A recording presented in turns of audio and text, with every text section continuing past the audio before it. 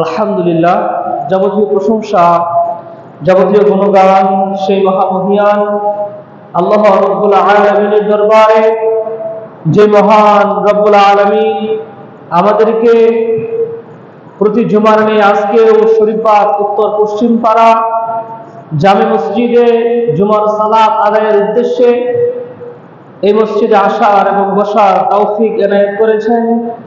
এজন্য সকলেই সে মহান রব্বুল আলামিনের দরবারে শুকরিয়া জ্ঞাপন করি, আলহামদুলিল্লাহ। শান্তি বর্ষিত হোক বিশ্ব মানবতার মুক্তির দূত সাইয়্যিদুল আম্বিয়া সাইয়্যিদুল মুরসালিন খাতামুন নবিয়্যিন নবী মুহাম্মদ রাসূলুল্লাহ সাল্লাল্লাহু আলাইহি ওয়াসাল্লামের প্রতি। আরো শান্তি বর্ষিত হোক রাসূলুল্লাহ সাল্লাল্লাহু আলাইহি ওয়াসাল্লামের পরিবার পরিজনের প্রতি, তাহার সাহাবায়ে কিরামের প্রতি। সেই সাথে আরো শান্তি বর্ষিত হোক পৃথিবীর সৃষ্টির শুরু থেকে কিয়ামত পর্যন্ত যত নর নারী পৃথিবীতে এসেছে, আসছে এবং আসবে সকলের প্রতি। সকলে বলে আল্লাহুম্মা আমিন।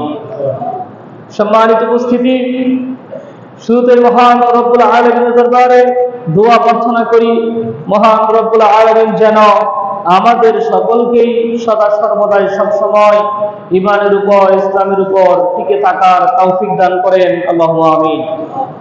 সম্মানিত উপস্থিতি, আজকের জুমা খুতবা আলোচনার মূল বিষয়বস্তু শুরু করার আগে দুই একটা মাসআলা বলি। সেটা হচ্ছে, জুমার দিনের আদব হচ্ছে আজানের পূর্বে মসজিদে আসা। জুমার দিন একটা বিশাল ফজিলতপূর্ণ দিন। এই দিন যে সবার আগে মসজিদে প্রবেশ করে তার জন্য একটা উট কুরবানির সওয়াব আমলনামায় দেওয়া হয়, সুবহানাল্লাহ। দুই নম্বরে যে আসে তার জন্য গাভী কুরবানির সওয়াব দেওয়া হয়। তিন নম্বরে যে আসে বকরি কুরবানি, দুম্বা কুরবানির সওয়াব দেওয়া হয়। চার নম্বরে বকরি, পাঁচ নম্বরে মুরগির ডিম। তো এই হলো সওয়াব প্রথম, দ্বিতীয়, তৃতীয়, চতুর্থ, পঞ্চমের জন্য। এরপরে যারা আসে তারা জুমার দিনের ফজিলত পায় কোন পর্যন্ত? আজান পর্যন্ত। জুমার দিন সহিহ মুসলিমের 1922 নম্বর হাদিস, রাসূল সাল্লাল্লাহু আলাইহি ওয়াসাল্লাম বলেছেন, প্রত্যেক জুমার দিন আল্লাহর পক্ষ থেকে ফেরেশতা এসে মসজিদের দরজায় দফতর নিয়ে বসে থাকেন, যে সবার আগে প্রবেশ করে তার নাম সবার আগে লিখে, যে 2 নম্বরে প্রবেশ করে 2 নম্বরে লিখে, 3 নম্বরে প্রবেশ করে 3 নম্বরে লিখে। ওই যে স্কুল মাদ্রাসার হাজিরা খাতা যাকে বলা হয়, এভাবে যারা আজানের আগ পর্যন্ত মসজিদে প্রবেশ করলো তাদের নাম খাতার ভিতরে রেজিস্ট্রি করা হয়।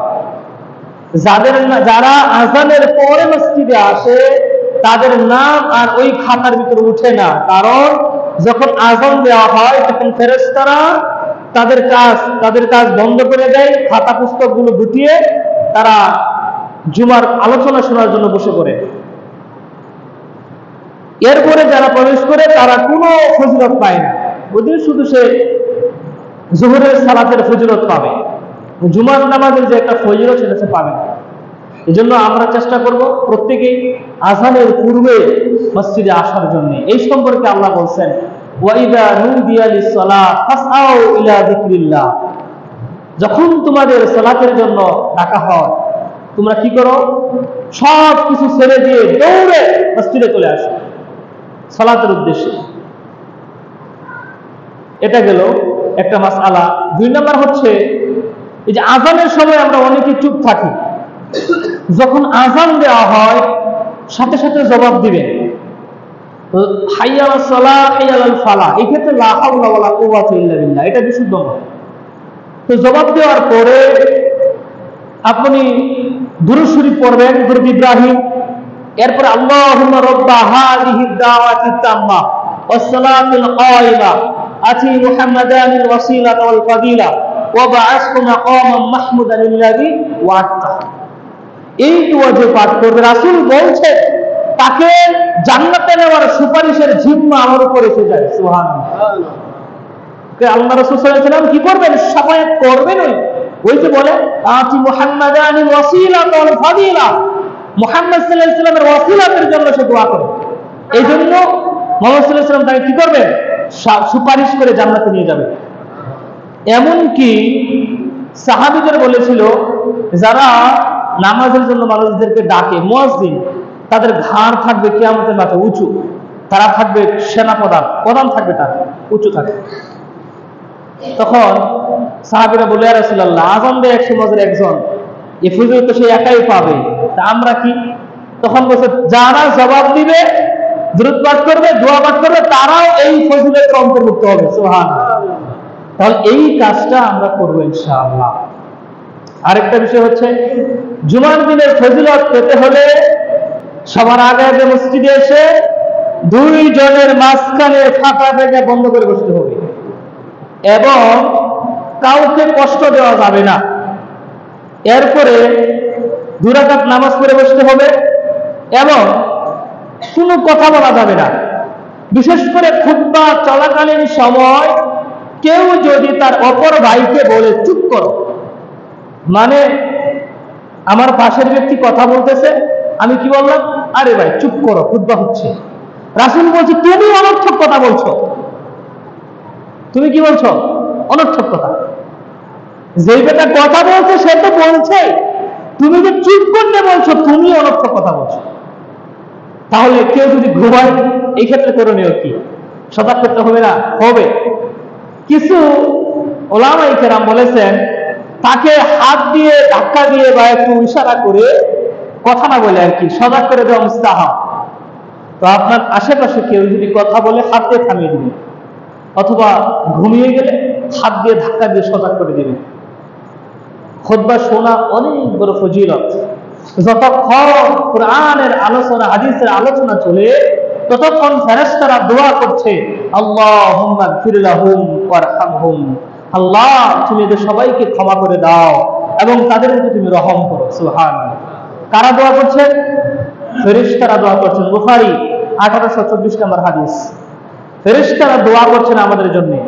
আমরা গুনাহগার পাপী, আমাদের দোয়া আল্লাহ নাও কবুল করতে পারে। ফেরেশতার দোয়া কি মিস যাবে? কখনোই মিস যাবে না। তারা নিষ্পাপ, তাদের কোনো গুনাহ নাই। তারা যেই দোয়া করবে সেই দোয়াই আল্লাহ কবুল করে। কেউ যদি মসজিদে এসে, এটা আরেকটা মাসআলা, মসজিদে এসে 2 রাকাত নামাজ পড়ে ওযু অবস্থায় নামাজের জন্য অপেক্ষা করে, ফেরেশতারা ততক্ষণ তার জন্য দোয়া করতেই থাকে। সুবহানাল্লাহ। এবং নামাজ পড়ার পর যতক্ষণ ওই জায়গায় বসা থাকে, ততক্ষণ ফেরেশতারা তার জন্য ক্ষমা এবং দয়ার দোয়া করতেই থাকে। সুবহানাল্লাহ। এমনকি যে ব্যক্তি নামাজ আদায় করার জন্য আগে ভাগে মসজিদে এসে বসে থাকে, যতক্ষণ বসে থাকবে ততক্ষণ সে নামাজের সওয়াব পাবে। সুবহানাল্লাহ। এবং যতক্ষণ নামাজ শেষে বসে থাকবে ততক্ষণ সে নামাজের সওয়াব পাবে। আফসোস, আমরা বর্তমান মসজিদকে বাথরুমের সাথে তুলনা করি। এটা কথাটা বললে হয়তো অনেকে কষ্ট পাবে, বা আমারও ভিতরে কষ্ট লাগছে। এই কথাটা আমি কেন বললাম? এজন্যই বললাম, আমরা মুখ দিয়ে স্বীকার না করলে কি হবে, কাজে কাজ করবে। আমরা মসজিদকে মনে করি একটা বাথরুমের মতো। কারণ কি জানেন? যখন পেশাব বা পায়খানের তীব্র চাপ আসে, তখন আমরা দৌড়ে বাথরুমে যাই, গিয়ে সেখানে কলে বলে আমরা কাজটা সেরে তাৎক্ষণিক চটপট করে বেরিয়ে চলে আসি। এটা আমরা বাথরুমের সাথে ব্যবহার করি। এখন আমরা মসজিদের সাথে ঠিক তেমনই ব্যবহার করি। যখন আযান দেয়, খবর নেই। অনেকেই হয়তো কাজে কোনো ব্যস্ত থাকেন বা জরুরি কোনো কাজ থাকে, এটা ভিন্ন কথা। অনেকেই আছে হেলায় তামাশায় সময় আছে, এরপরে সে বসে থাকে। যখন ইমাম সাহেব মুয়াজ্জিন আকামত দিল, ইমাম সাহেব নামাজে দাঁড়িয়ে আল্লাহু আকবার বেদে সূরা ফাতিহা শেষ, আরেক সূরা শেষ, তাড়াতাড়ি এসে রুকু ধরে। কারণ রুকু ধরলে তো 1 রাকাত পাওয়া যায়। দেখছেন, সালাম ফিরাইলে দেখবেন ওই লোক আর নাই, চলে গেছে। তাহলে বুঝেন, তাহলে আমরা মুখে স্বীকার না করলে কি হবে, বাস্তবে কি? আল্লাহ আমাদের রহম করুক, আমাদের হেদায়েত দান করুক, আমিন। সম্মানিত উপস্থিতি, আজকের বক্তব্যের মূল আলোচ্য বিষয় হচ্ছে গত জুমার বিষয়, বাকিটুকু আলোচনা করব। যে ইসলামী রাষ্ট্রে রাষ্ট্রপ্রধানদের কিছু বৈশিষ্ট্য, কিছু গুণ কেমন হবে। যে গতকালকে আলোচনা করেছিলাম, মুত্তাকিন হতে হবে, অর্থাৎ আল্লাহ ভীরু হতে হবে। এটা শুধু রাষ্ট্রপ্রধান যে তা না, এটা সমাজের প্রত্যেক লোকের ভিতরেই আল্লাহর ভয় থাকতে হবে। এটা হোক সে দরিদ্র, হোক সে ধনী, হোক সে গরিব, হোক সে সুন্দর, হোক সে কালো, হোক সে ছেলে, হোক সে মেয়ে, হোক সে জোয়ান, হোক সে বৃদ্ধ, হোক সে নারী, হোক সে পুরুষ, যেই শ্রেণীর লোক থাকুক না কেন, প্রত্যেককেই আল্লাহর ভয় ভিতরে থাকতে হবে। আমি কিছু উদাহরণ দিব যে আমাদের পূর্ববর্তী যারা ইসলামী শাসক ছিলেন তারা কেমন ছিলেন। আমি গত জুমায় দুইজন ব্যক্তির কথা বলেছিলাম। একজন ছিল যে সাঈদ বিন আমির আল জুমাহি রাদিয়াল্লাহু আনহু, আরেকজনের কথা বলছিলাম উমর রাদিয়াল্লাহু তাআলা আনহু। আজকে আমি বলবো হযরত আবু বকর রাদিয়াল্লাহু তাআলা আনহু ঠিক জীবনী থেকে ছোট্ট একটা ঘটনা আপনাদের সামনে শেয়ার করব। তিনি যখন রাষ্ট্রপ্রধান ছিলেন কেমন ছিলেন, তিনি যখন রাষ্ট্রপ্রধান ছিলেন কেমন ছিলেন, একটা ছোট্ট একটা ঘটনা বলবো। একদা আবু বকর রাদিয়াল্লাহু তাআলা আনহুর সন্তানেরা পিঠা খাওয়ার জন্য আবদার করেছিল তা আবু বকরের স্ত্রীর কাছে, যে তারা পিঠা খাবে। কিন্তু আবু বকর রাদিয়াল্লাহু তাআলা আনহুর ইনকাম এতটাই অল্প ছিল যে সে ওইগুলো দিয়ে বলে বলে সংসার চলত। আর সেই ইনকামটা ছিল যে সরকারি ফান্ড থেকে সে বেতন পেত। আবু বকর যখন সরকার হন, রাষ্ট্রপ্রধান হন, তখন তো তিনি অন্য কোনো কাজ করেন নাই, তিনি সরকারি দায়িত্ব পালন করেছেন এবং সরকারের পক্ষ থেকে, সরকারি খাত থেকে তার নির্দিষ্ট পরিমাণে একটা বেতন ভুক্ত করা ছিল। তো আবু বকর রাদিয়াল্লাহু তাআলা আনহু যে নির্দিষ্ট পরিমাণ বেতন পেতেন, এটা দিয়ে তার মানে মোটামুটি সংসার বলে বলে চলতো, বেশি কিছু করা যেত না। এদিক দিয়ে সন্তানের আবদার করেছে পিঠা খাওয়ার জন্য, কিন্তু পিঠা খাওয়ার সামর্থ্য নাই। একজন রাষ্ট্রপ্রধান, তার কি নাই, পিঠা খাওয়ার ওই সামর্থ্য নাই। তখন আবু বকর রাদিয়াল্লাহু তাআলা আনহুর স্ত্রী কি করলেন, ওই ফান্ড থেকে যে পরিমাণ গম পেতেন, আটা পেতেন, সেখান থেকে তিনি এক মুষ্টি করে আটা কি করে রাখতেন, আলাদা রাখতেন। এই এক মুষ্টি আটা আলাদা রাখলে এগুলো দিয়ে যদি এক মুঠ করে জমা রাখলে তো অনেকগুলো হয়ে যাবে, তখন পিঠা বানানো যাবে, সন্তানদের আবদার পূরণ করা যাবে। এ পর্যায়ে বেশ কয়েকদিন চলে গেল, সে এক মুঠ করে মোটামুটি কিছু সব পরিমাণ আটা জমালো। এদিক দিয়ে এক মুঠ কম আটা রান্না করে সবাই খাইলো, কোনো সমস্যা হয়নি। হঠাৎ একদিন আবু বকর রাদিয়াল্লাহু তাআলা আনহুর স্ত্রী পিঠা বানিয়ে আবু বকরকে দিলেন যে আপনি এটা গ্রহণ করেন। আবু বকর রাদিয়াল্লাহু তাআলা আশ্চর্য হয়ে বললেন, এই পিঠা তুমি কোথায় পেয়েছো, কেউ কি হাদিয়া দিয়েছে নাকি? তখন আবু বকর রাদিয়াল্লাহু তাআলার স্ত্রী বলল, না, এটা কেউ হাদিয়া দেয়নি, এটা আমরাই বানিয়েছি। তখন আবু বকর প্রশ্ন করেন, তাহলে এই আটা কোথায় পেলে, পিঠা বানানোর যে এই ময়দা তুমি কোথায় পেলে? তখন সে বলল, আপনি যে সরকারি ফান্ড থেকে যে পরিমাণ আটা পান, সেখান থেকে আমি এক মুষ্টি করে রেখে দিয়ে এক মুষ্টি কম রান্না করে সবাই খেয়েছি, আর সেখান থেকে এই যে অল্প একটু আমাদের পরিমাণ জমেছে, এটা দিয়ে আটা বানিয়েছি। সঙ্গে সঙ্গে সে সরকারি দপ্তরে চলে গেল, চলে গিয়ে বলল, আগামীকাল থেকে আমাকে এক মুষ্টি আটা কম দিবেন, কারণ আমার সংসার এক মুষ্টি আটা কম দিয়ে বেশ ভালো চলে, আমি বেশি নিয়ে খেয়ানত করতে চাই না। সুবহানাল্লাহ, বুঝতে পেরেছেন? এক মুষ্টি আটা কম দিয়ে সংসার চলে বিদায় সে এক মুষ্টি কম আটা জারি করে দিল, সে আর বেশি আটা নিল না। এটা ছিল কে? আমাদের ইসলামী রাষ্ট্রের রাষ্ট্রনায়কের বৈশিষ্ট্য। আর আজকের যুগে কি, আমি কিছু বলবো না, আপনারা সব জানেন, শুধু আপনারা বুঝবেন যে আমাদের ইসলামী একটা রাষ্ট্রের রাষ্ট্রপ্রধানরা কেমন ছিল আর বর্তমান গণতন্ত্রের রাষ্ট্রপ্রধানরা কেমন। এই গণতন্ত্রের মাধ্যমে যদি যেই ক্ষমতায় যা, কেউ ভালো থাকতে পারবে না। ইসলামী সিস্টেমে তাকে ক্ষমতায় যেতে হবে, যেভাবে আফগানিস্তান ক্ষমতায় গিয়েছে, ঠিক তদ্রুপ ইসলামী সিস্টেমে তাকে ক্ষমতায় যেতে হবে, তাহলে ওই রাষ্ট্র ইসলামী নিয়মে চলতে পারবে। গণতন্ত্রের মাধ্যমে যেই ক্ষমতায় আসুক, সে ইনসাফ করতে পারবে না। কারণ এই গণতন্ত্র এমন একটা জিনিস, সে খুনি তৈরি করে, এই গণতন্ত্র চালাবাজ তৈরি করে, এই গণতন্ত্র সে সন্ত্রাসী তৈরি করে, এই গণতন্ত্র সিস্টেম, এই সিস্টেমটাই কি করে মানুষকে খারাপ বানিয়ে দেয়। সম্মানিত উপস্থিতি, এই ছিল আবু বকর রাদিয়াল্লাহু তাআলা আনহুর ঘটনা। তাহলে দেখুন তিনি কেমন মহৎ হৃদয়ের অধিকারী ছিলেন। তো আরেকজন সাহাবীর কথা বলি, উনি ছিল সাহাবী না, উনি একজন তাবেঈ, এবং উনির নাম ছিল ওমর ইবনে আব্দুল আজিজ রাহিমাহুল্লাহ। তিনি ছিলেন ইসলামের পঞ্চম খলিফা। আবু বকর, উমর, উসমান, আলী যাওয়ার পরে মাঝখানে বেশ কয়েকটা ঝামেলা হয়েছে। আলী এবং মুয়াবিয়ার ক্ষমতা নিয়ে দ্বন্দ্ব। এই দ্বন্দ্বের পরে আরেকজন খলিফা এসেছিল, তার নাম ছিল ওমর ইবনে আব্দুল আজিজ রাহিমাহুল্লাহ। এই ঘটনা আমি একদিন জুমায় আপনাদের সামনে বলেছিলাম, আজকে আমি আবার আপনাদের স্মরণ করে দিচ্ছি। এটা শুধু যে রাষ্ট্রপ্রধানের দায়িত্ব তা না, এটা আপনি আমার সবার দায়িত্ব। সবাইকে আল্লাহকে ভয় করে চলতে হবে, সবাইকে আল্লাহকে ভয় করে চলতে হবে। এটা সবার একটা দায়িত্ব। কেউ যদি মুমিন হতে চায় তাকে আল্লাহকে ভয় করতে হবে।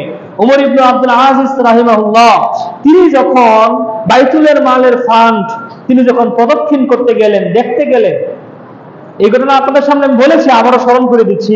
তার ছোট্ট একটা দুধের শিশু ছিল, কেবল মুখে দাঁত গজিয়েছে। ওই শিশুকে নিয়ে এসে বাইতুল মালের ফান্ড, যাকাতের যে সম্পদগুলো জমা হয়েছে এগুলো দেখশন করতে গেলেন। এমন অবস্থায় দেখতে পেলেন যে ওই বাইতুল মালের ফান্ডের ভিতরে, যাকাতের মালের ভিতরে অনেকগুলো আপেল এসে জমা হয়েছে, আপেল জমা হয়েছে। আর এই আপেলগুলো এসেছে ইয়েমেন থেকে, ইয়েমেন থেকে আপেলগুলো এসেছে। তখন এই উমর ইবনে আব্দুল আজিজ রাহিমাহুল্লাহর ছেলে আপেল ফল চিনতেন না। তখন এই পিচ্চি ছেলে তার হাত থেকে ফসকে গিয়ে ওই আপেল থেকে একটা আপেল নিয়ে সে খাওয়া শুরু করলো। ছোট মানুষ, তেমন বুঝে না, কেবল হাঁটা শিখেছে, মুখে দু একটা দাঁত গজিয়েছে, ওই দু একটা দাঁত দিয়ে সে কামড়ে কামড়ে আপেল খাওয়া শুরু করলো। মোটামুটি একটা আপেলকে মোটামুটি কামড়ে থুবড়া থুবড়া করে ফেলেছে এবং কিছু অংশ তার গলার ভিতরে ঢুকে গেছে। এমন অবস্থায় উমর ইবনে আব্দুল আজিজ রাহিমাহুল্লাহ লক্ষ্য করলেন যে তার সন্তান এই যাকাতের মাল থেকে, অর্থাৎ এই গরিব অসহায় তার এদের মাল থেকে তার সন্তান একটা আপেল খেয়ে ফেলছে। এটা দেখে ওমর ইবনে আব্দুল আজিজ তাৎক্ষণিক ওই তার সন্তানের হাতে ধরে ফেললেন। হাতে ধরে তাকে বললেন যে এভাবে তিনি বললেন যে এটা ফেলে দাও, ফেলে দাও। ওই ছেলে ফালাচ্ছে না, সে মজা পেয়েছে, খাওয়া শুরু করছে। তখন তার সন্তানের মুখের ভিতরে আঙ্গুল ঢুকিয়ে দিলেন, ঢুকিয়ে দিয়ে গলা থেকে আঙ্গুল দিয়ে টান দিয়ে আপেলের অংশটুকু বের করে দিলেন, খেতে দিলেন না। এই কাজ করার কারণে তার ছোট্ট ছেলে এত জোরে চিৎকার শুরু করেছে, চিৎকার আর থামছে না। তখন এই ছেলেকে নিয়ে তার স্ত্রীর কাছে নিয়ে গেলেন। তখন তার স্ত্রী দেখলো ওই ছেলের চেহারা লাল হয়ে গেছে, সে কান্না আর থামছে না। তখন সে ঘটনা জেনে ওই তার স্ত্রী তার স্বামীকে, অর্থাৎ ওমর ইবনে আব্দুল আজিজকে বলল, আপনি কি সন্তানের পিতা নন? আপনি কি সন্তানের পিতা নন? তখন সে বলছে, আল্লাহর কসম আমি এই সন্তানের অবশ্যই পিতা। পরে বলছে, তাহলে আপনি এই ছোট্ট একটা আপেল খাবে বিদায় এতটা তার উপর জুলুম করা লাগে? এটা জুলুম নয়, আমি এই সন্তানের পিতা, আমি চাই না আমার এই সন্তান এই একটু আপেল ফল খাওয়ার কারণে কিয়ামতের মাঠে সে আমানতের খেয়ানতকারী হয়ে উঠো। আর আমি একজন শাসক, আমি তার অভিভাবক, আমি জানা সত্ত্বে দেখা সত্ত্বে আমি এরকম অন্যায় জুলুম, অপরের মাল হন্যাসনকারী, অপরের মাল হক নষ্টকারী একজন শাসক হিসাবে যেন কিয়ামতের মাঠে আমি না উঠি। এই জন্য আজকের এই কষ্ট আমি সহ্য করতে পারবো, কিন্তু কিয়ামতের মাঠে এটার জন্য জাহান্নামের আগুনে যেতে হবে, এটা আমি বরদাস্ত করতে পারবো না, সহ্য করতে পারবো না। আপনি খেয়াল করুন, একজন শাসক, একজন ইসলামী শাসক কেমন হতে পারে। শুধু এটা নয়, ওই রাসূল সাল্লাল্লাহু আলাইহি সাল্লামের যুগ থেকে শুরু করে 1922 সাল পর্যন্ত ইসলামী খেলাফত পৃথিবীতে ছিল। এই তো 102 বছর আগ পর্যন্ত, 3 বছর আগ পর্যন্ত ইসলামী খেলাফত ছিল। কোন ইতিহাসবিদ কেউ বলতে পারবে না পৃথিবীতে কোন মুসলিম নির্যাতিত হয়েছে। এই 1300 বছর পৃথিবীতে ইসলাম রাজত্ব এসেছে, কোন একটা মানুষ বলতে পারবে না যে পৃথিবীতে কোন জায়গায় একটা মুসলিম ধর্ষিতা হয়েছে, কোন জায়গায় কোন মুসলিমের মাল চুরি হয়েছে তার বিচার হয় নাই, কেউ বলতে পারবে না। দর্শন হলেও তার বিচার হয় নাই, কেউ বলতে পারবে না, কোন ইতিহাসবিদ বলতে পারবে না। কিন্তু 100 বছর পরে এই পৃথিবীতে গণতন্ত্র প্রতিষ্ঠা হওয়ার পর থেকে আপনি পৃথিবীর প্রত্যেকটা রাষ্ট্রের দিকে তাকিয়ে দেখুন, কোথাও মুসলমান বলেন, হিন্দু বলেন, খ্রিস্টান বলেন, কোনো মানুষই নিরাপদ নয়। আজকে আমেরিকার মানুষ কি নিরাপদ? নিরাপদ নয়। আজকে আপনি রাশিয়ার কথা বলেন, নিরাপদ নয়। ইউক্রেনের কথা বলেন, নিরাপদ নয়। ভারতের কথা বলেন, নিরাপদ নয়। কেউ নিরাপদ নয়। কেউ না কেউ একটা জুলুমের উপর শিকার হচ্ছে, কারণ সিস্টেমটা হচ্ছে গণতন্ত্র। এই সিস্টেম আমাদের চেঞ্জ করতে হবে। ইসলামী শাসন যখন ছিল, পৃথিবীর কোন ইতিহাসবিদ বলতে পারবে না যে ওই সময় কোন জুলুম হয়েছে। বর্তমান সময়ে একটা রোবট সিস্টেম আছে, প্রত্যেকটা মোবাইলের ভিতরে এই জিনিসটা আছে, যার নাম চ্যাট জিপিটি। এটা অনেক হয়তো চিনেন। চ্যাট জিপিটি এখানে একটা রোবট দ্বারা নিয়ন্ত্রিত, আমেরিকার একটা সংস্থা, আমেরিকার একটা কোম্পানি। এখানে যা লেখা হয় সব উত্তর দেয়। আপনি যা প্রশ্ন করবেন সব উত্তর পাবেন। ইসলামী মাসআলা প্রশ্ন করলে উত্তর পাওয়া যায়, তবে অনেক অনেক ভুল তথ্য পাওয়া যায়। তবে আপনি বর্তমান গতানুগতিক বিশ্ব নিয়ে আপনি যা প্রশ্ন করবেন তাই উত্তর পেয়ে যাবেন। আমি সেখানে প্রশ্ন করেছি, আমার মোবাইলে আছে। আমি প্রশ্ন করেছি যে পৃথিবীর ইতিহাসে একদম আদম থেকে শুরু করে এখনকার পর্যন্ত একমাত্র ইনসাফ ন্যায় প্রতিষ্ঠা করেছিল কোন ধর্মের লোক? সে এক কথা উত্তর দিয়েছে, মুসলিম ধর্মের লোক। সুবহানাল্লাহ। আমি প্রশ্ন করেছি একজন খ্রিস্টানদের একটা সংস্থা, এটা কোনো মুসলমানদের সংস্থা না, এটা খ্রিস্টানদের একটা অ্যাপস। আমি প্রশ্ন করেছি কোন শাসক ছিল পৃথিবীতে শ্রেষ্ঠ শাসক? বলছে মুহাম্মদ সাল্লাল্লাহু আলাইহি সাল্লাম। সুবহানাল্লাহ। এরপরে বলছি কে? তখন বলছে আবু বকর, উমর, উসমান, তিনি খোলাফায়ে রাশিদিনদের কথা বললেন। আর এখনকার কথা বলছি, বলছিলেন এখনকার বর্তমান যে শাসন করছে বিশ্ব, আমেরিকা, তিনি কেমন? সে বললো সেও ভালো। আমি বলছি সে যে ভালো, তাহলে পৃথিবীতে এত যুদ্ধ হাঙ্গা দাঙ্গা কেন? এটার পিছনে রাজনৈতিক সমস্যা আছে। কি সমস্যা? রাজনৈতিক সমস্যা। রাজনীতি চলে কিসের উপর? গণতন্ত্রের উপর। সিস্টেমটার সমস্যা। এই জন্য পৃথিবীতে তো অশান্তি। আল্লাহ তাআলা আমাদের সকলকে এই জিনিসগুলো বুঝার তৌফিক দান করুন, আল্লাহুম্মা আমিন। কেউ যদি বলে যে ইসলামী শরিয়া আইন আমি মানি না, মনে করেন টাটকা কাফের। বাংলাদেশের একটা দলের নেতা বলেছে যে এই দল ইসলামী শরিয়া মানে না, এই দলের ভিতরে এই দল ইসলামী শরিয়ার বিশ্বাসী নয়। আপনারা হয়তো অনেকে জানেন। আপনি বিশ্বাস করুন, তার এই কথার দ্বারা সে তো নিজে কাফের হয়েছে, গোটা দলকেও কাফের করেছে। এটা আমার কথা নয়, ইতিহাস থেকে, এমনকি কোরআন, সুন্নাহ এবং ইমাম আইম্মে মুজতাহিদিন প্রত্যেকে একমত, যারা ইসলামী শরিয়া ছাড়া অন্য কোন জীবন ব্যবস্থাকে উত্তম মনে করে সে কাফের। এটা আমার কথা না, এটা সব আলেমদের বক্তব্য। এমনকি সূরা মাইদা 5 নম্বর সূরার 45, 44 এবং 49, 51, 47, 44, 45, 47, 49, 51 এই সবগুলো আয়াতের ভিতরে বলা হয়েছে কেউ যদি আল্লাহর আইন মানতে না চায়, কেউ যদি আল্লাহর আইন অনুযায়ী বিচার ফয়সালা না করে, ফাউলাইকুমুল কাফিরুন, সে কাফের। আল্লাহর ফতোয়া। এবং রাসূল বলেছেন সে কাফের, আইম্মে মুজতাহিদিন প্রত্যেকে বলেছে কাফের। সুতরাং এই সকল দল যারা সাপোর্ট করবে, যারা এদের সাথে থাকবে, তারা কি হবে বিবেককে প্রশ্ন করুন। আল্লাহ আমাদের সকলকে এরকম ফিতনা থেকে ফিরে আসার তৌফিক দান করুন, আল্লাহুম্মা আমিন। সম্মানিত উপস্থিতি, এই হলো আমাদের রাষ্ট্রপ্রধানদের বৈশিষ্ট্য। আর এরপরে আরেকটা বৈশিষ্ট্য হচ্ছে পৃথিবীতে যাদেরকে আল্লাহ ক্ষমতা দিবেন, সূরা হজের ভিতরে আল্লাহ বলছেন ওয়াল্লাযীনা ইম্মাক্কান্নাহুম ফিল আরদি, যাদেরকে আল্লাহ তাআলা পৃথিবীতে ক্ষমতা দিবেন তাদের 1 নাম্বার দায়িত্ব হবে আকামুস সালাত, সালাত প্রতিষ্ঠা করা। যারা পৃথিবীতে ক্ষমতা পাবেন, অর্থাৎ ইসলামী শাসক যখন পৃথিবীতে আসবে, বা যেই শাসক আসুক, যে মুসলিম দেশের শাসক, তার 1 নাম্বার কাজ কি থাকবে? সালাত প্রতিষ্ঠা করা। আমার কথা নয়, আল্লাহ বলছেন যাদেরকে আমি পৃথিবীতে ক্ষমতা দেই তাদের 1 নাম্বার কাজ হবে সালাত প্রতিষ্ঠা করা, অর্থাৎ নামাজ প্রতিষ্ঠা করা। শুনেন, ভালো করে মনোযোগ দিয়ে শুনবেন। সালাত এর 3টা অর্থ আছে। কেউ বলে সালাত পড়তে হবে, কেউ বলে সালাত আদায় করতে হবে, কেউ বলে সালাত কায়েম করতে হবে। বলেন, আমরা বলেন তো, বলি। সালাত পড়া একটা জিনিস, সালাত আদায় করা একটা জিনিস, এবং সালাত কায়েম করা একটা জিনিস। এখানে 3টা জিনিসের সমষ্টি একটা। 3টা জিনিসের নাম সালাত।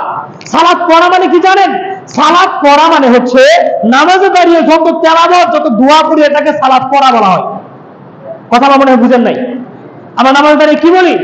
সানা বলি, সূরা ফাতিহা বলি, আরেকটা সূরা বলি, রুকুতে দোয়া পড়ি, সেজদায় দোয়া পড়ি, শেষ বৈঠকে দোয়া পড়ি, এই যে দোয়াগুলো, এগুলো পড়ার নাম হচ্ছে সালাত পড়া। 2 নাম্বার সালাত আদায় করা। আদায় করা মানে কি বুঝেন? আদায় করা মানে আমার অঙ্গ প্রত্যঙ্গ দিয়ে আমি যেই সিস্টেমে আমি নামাজ আদায় করি, এটাকে বলে সালাত আদায় করা। আমরা প্রথমে আল্লাহু আকবার বলে হাত বাঁধি, এটা আদায় করা হয়। আমরা আল্লাহু আকবার রুকুতে যাই, এটা আদায় করা হয়। রুকু থেকে উঠি, এটা আদায় করা। সিজদা দিয়ে, এটা আদায় করা। এটা নাম কি বলেন তো? আদায় করা। দোয়া পড়ার নাম পড়া। সালাতের 2টা মিনিং আমি পেলাম। 3 নাম্বার সালাত কায়েম করা মানে প্রতিষ্ঠা করা। এটা হচ্ছে একটা পরিবারের প্রধানের দায়িত্ব, একটা সমাজের প্রধানের দায়িত্ব, একটা জেলার প্রধানের দায়িত্ব, একটা থানার প্রধানের দায়িত্ব, একটা রাষ্ট্রের প্রধানের দায়িত্ব। সে সালাত প্রতিষ্ঠা করবে, মানে তার আন্ডারে যে লোকগুলো আছে প্রত্যেককেই সালাত আদায়কারী বানাবে। এটা তার দায়িত্ব, এটা একার কারো দায়িত্ব নয়। আমার দায়িত্ব সালাত আদায় করা, কিন্তু আমার ফ্যামিলির যে প্রধান, তার দায়িত্ব সালাত প্রতিষ্ঠা করা। আমার দায়িত্ব, আপনার দায়িত্ব, ব্যক্তিগত দায়িত্ব সালাত আদায় করা। আর একটা সমাজের মেম্বারের দায়িত্ব সালাত প্রতিষ্ঠা করা। আপনার আমার দায়িত্ব, ব্যক্তিগত দায়িত্ব সালাত আদায় করা। একটা উপজেলা চেয়ারম্যানের দায়িত্ব তার উপজেলার ভিতরে প্রত্যেকটা মুসলিমকে সালাত আদায়কারী বানানো, এটা তার দায়িত্ব। এর নাম হচ্ছে সালাত প্রতিষ্ঠা করা। আপনার আমার ব্যক্তিগত দায়িত্ব সালাত পড়া, সালাত আদায় করা। একটা জেলা বা 2টা জেলার যিনি এমপি থাকবে, ইউনো থাকবে, ডিএসি থাকবে, এদের দায়িত্ব হচ্ছে সালাত আদায়কারী বানানো, সালাত প্রতিষ্ঠা করা।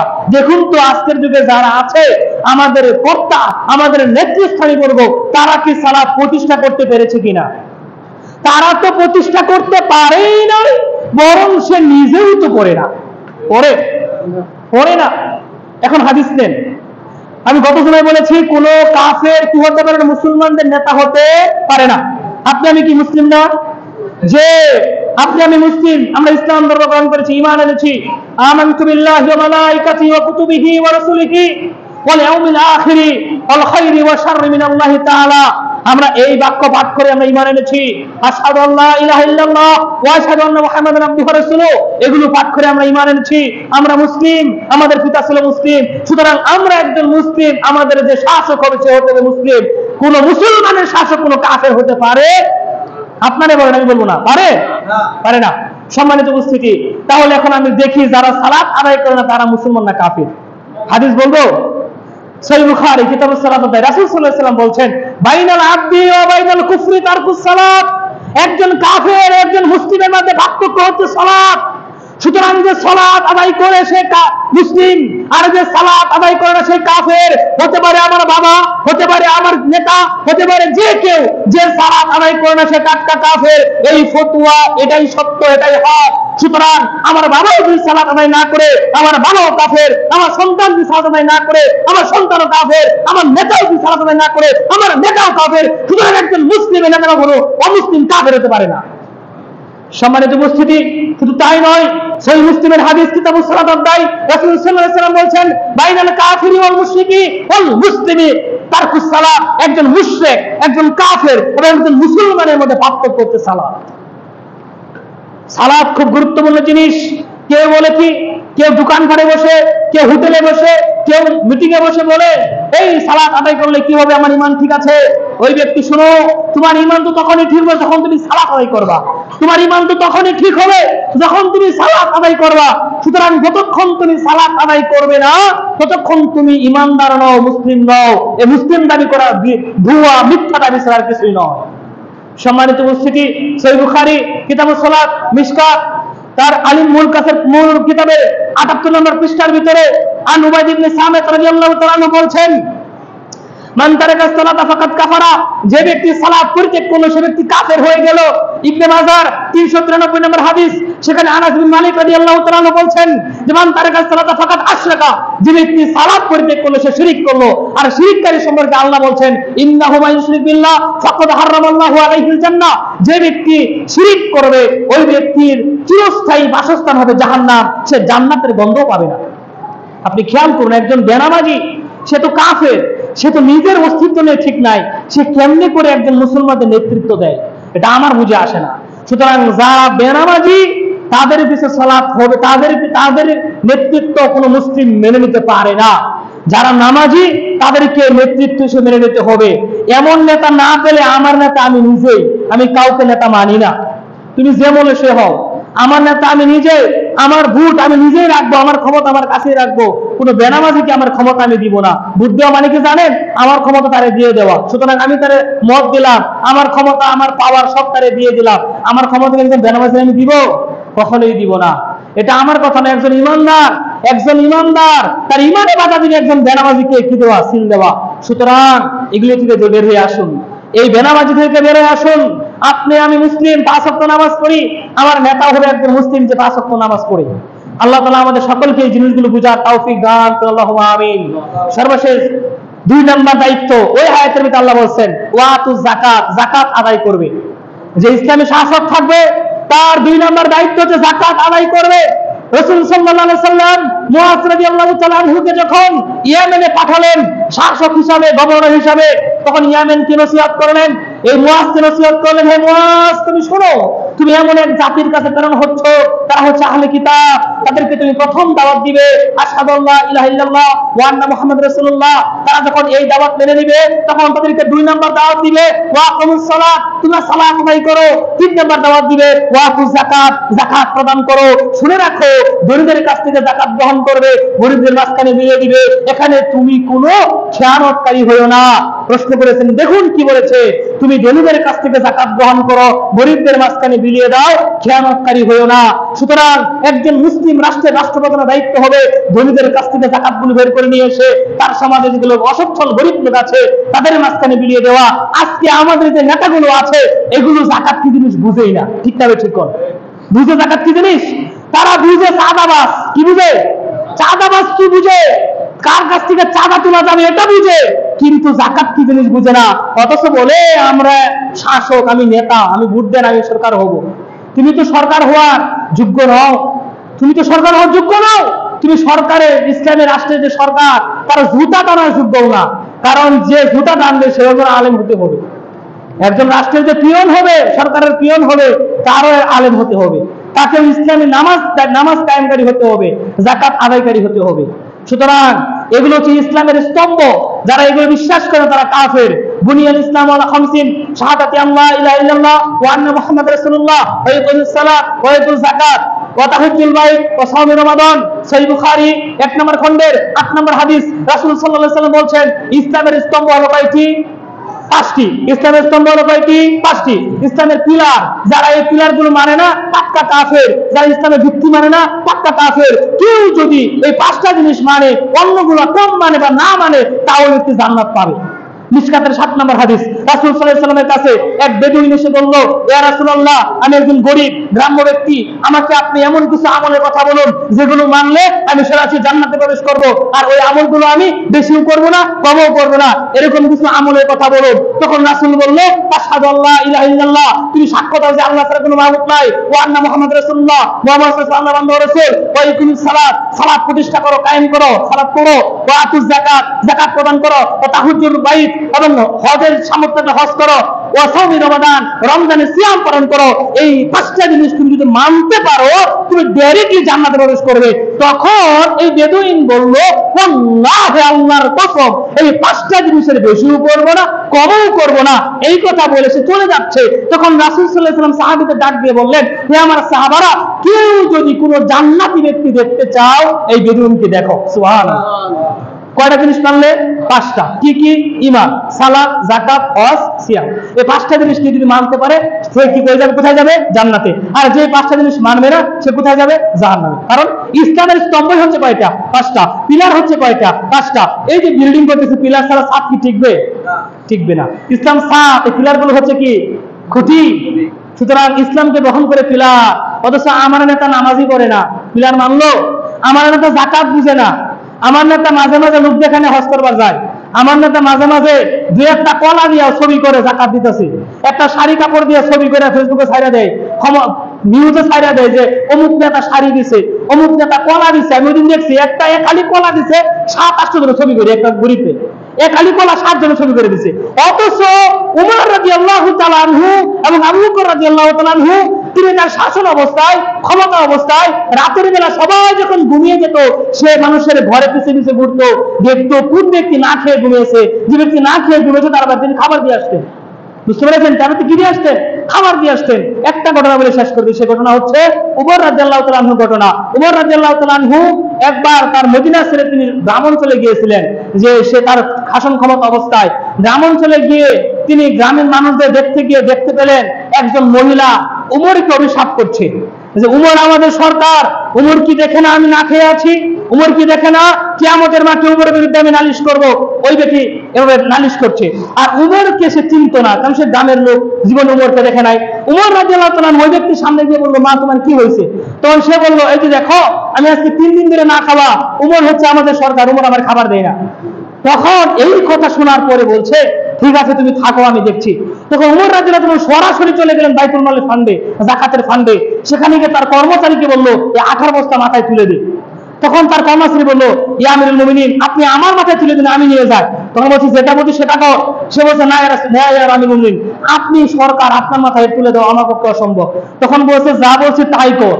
তখন ওই তার কর্মচারী বাধ্য হয়ে উমরের মাথায় তুলে দিলেন। উমর রাদিয়াল্লাহু তাআলা মাথায় নিয়ে ওই গ্রামে গেলেন। গ্রামে গিয়ে মহিলার বাড়িতে 18 বস্তা রেখে নিজ হাতে আটা তৈরি করে মহিলাকে খাওয়াই দিয়ে আসছেন। মহিলা পাশে বসে বলছে যে আল্লাহে, আল্লাহর কসম, উমরের চাইতে তুমি সরকার হওয়ার হকদার বেশি। সুবহানাল্লাহ। এমনিতে উমর সে চিনতেই পারে না। সে বলছে উমরের চাইতে তুমি সরকার হওয়ার হকদার বেশি, কারণ তুমি গ্রামাঞ্চলে এসে গরিবদের খোঁজ খবর না। এই কথা বলার পরে উমর বলল, ঠিক আছে আপনি আগামীকাল উমরের দরবারে যায়েন, আমি সেখানে থাকবো, আপনি যায়েন, আমি উমরের সাথে এই বিষয়ে কথা বলবো নি। ঠিক আছে। পরের দিন এই ব্যক্তি যখন উমরের দরবারে গিয়েছে, যায় দেখে যে সিংহাসনের ভিতরে উমর বসা। এটা দেখে ওই মহিলা বিব্রতকর হয়ে গেছে, কি অবস্থা, গতকাল কি এই ব্যক্তি আমাকে আঠা বানিয়ে দিয়ে আসলো, আজকে এই ব্যক্তি সিংহাসনে বসা। এটা দেখে, বা তারা আসনে বসা, এটা দেখে মহিলা চলে যাচ্ছে শরম পেয়ে, লজ্জা পেয়ে। তখন উমর রাদিয়াল্লাহু তাআলা আনহু ওই আলী এবং উসমানকে বললেন, যাও এটাকে ধরে নিয়ে আসো। যখন সে তাকে ধরে নিয়ে আসছে এবং বলছে, আপনি যে গতকালকে বলেছেন যে উমরের উপর আমি অভিশাপ দিব, আমি সেই অভিশাপ থেকে মুক্তি পেতে চাই, আপনি যদি অভিশাপ দেন তাহলে আমি ধ্বংস হয়ে যাব। তখন সে বলল, হ্যাঁ অভিশাপ থেকে মুক্তি হবে, শর্ত আছে। তখন তিনি তাকে কিছু খাবার দিলেন, এরপর সে একটা চিঠি লিখে দিয়ে একটা দরখাস্ত সই করে দিলেন। এই একটা প্রমাণ দিয়ে গেলেন যে আমি ওই যে অভিশাপ দিয়েছে, অভিশাপকে সে উদ্ধ করেছে, ফিরিয়ে নিয়ে এসেছে। এই কাগজটা তার কাছে দিয়ে তারপর সে চলে গেল। আর উমর বলেছিল, এই কাগজটা মারা যাওয়ার পরে আমার কাফনের সাথে তুমি দিয়ে দিও। বুঝতে পেরেছেন একজন শাসক কেমন ছিল? আর আজকের যুগে শাসক সাদা না দিলে পিঠায় মাথা ফাটে না, সাদা না দিলে পিঠায় মাথা ফাটে না। বাংলাদেশের সম্পদ সিলেটের পাথরগুলো চুরি করে নিয়ে গেছে, সিলেটের সাদা পাথর চুরি করে নিয়েছে। আজকে এক নেতা বলেছে, বাংলাদেশের এক বড় এক নেতা, সে নাকি ফুটপাত, রাস্তাঘাট, এই লঞ্চ ঘাট সব দখল করে নিয়েছে। সাদা না দিলে কোনো উপায় নেই, সাদা দিতেই হবে। এগুলো কি একজন সত্যিকারের শাসকের আচরণ? বলেন, শাসকের আচরণ নয়। আল্লাহ আমাদের সকলকে এক স্বৈরাচার থেকে মুক্তি পেয়েছি। এরপরে যারা এই দেশের মাটিতে স্বৈরাচার হয়ে মাথা চারা দিবে, আল্লাহ তাদেরকে ধ্বংস করুক এবং তাদের থেকে আমাদের হেফাজত করুক, আমিন। আল্লাহ আমাদের সকলকে হেফাজত করুক, আমাদের দেশকে হেফাজত করুক, আমিন। সম্মানিত উপস্থিতি, আপনাদেরকে প্রত্যেক জুমায় বারবার একটা কথাই বলি যে আমাদের মসজিদের কাজ চলমান, এজন্য আপনারা মুক্ত হস্তে দান করবেন। ইনশাআল্লাহ দানে ধন ধারে কমে না। দানের বিষয়ে অনেক হাদিস আছে, তো এগুলো আপনারা সবাই জানেন যে আমরা দান করলে কারো দান কমে না, দান অবশ্যই আরো বাড়ে। আমি গত কয়েকদিন আগে একটা কথা বলেছিলাম যে জুমার ভিতরে মানুষের যে ধন সম্পদ আছে, ধন সম্পদের ভিতরে যে কোনো সম্পদ তার নয়, 4টা সম্পদ ছাড়া। সে যা খেয়েছে, সে যা পড়েছে, সে যা কি করেছে, পান করেছে, এবং সে যা দান করেছে। খাওয়া, পড়া, পান করা সবই কি হয়ে যায়, নষ্ট হয়ে যায়। দান একমাত্র থাকে। তো এই দান আপনারা হাতটা বাড়িয়ে দিবেন। ইনশাআল্লাহ আমাদের মসজিদের কাজ চলমান। আল্লাহর কাছে দোয়া করি, আল্লাহ তাআলা আমাদের সকলকে দান করার তৌফিক দান করুন এবং সামর্থ্যবান হওয়ার তৌফিক দান করুন, আমিন। কেউ যদি দান করেন 2 মিনিটের ভিতরে আমি ঘোষণা দিয়ে দিব, দোয়া করে দিব। জুমার দিন আপনাকে আল্লাহ তাআলা অভাব থেকে, অনটন থেকে, ফিতনা ফাসাদ থেকে রক্ষা করবেন। আমির ভাইয়ের বাবা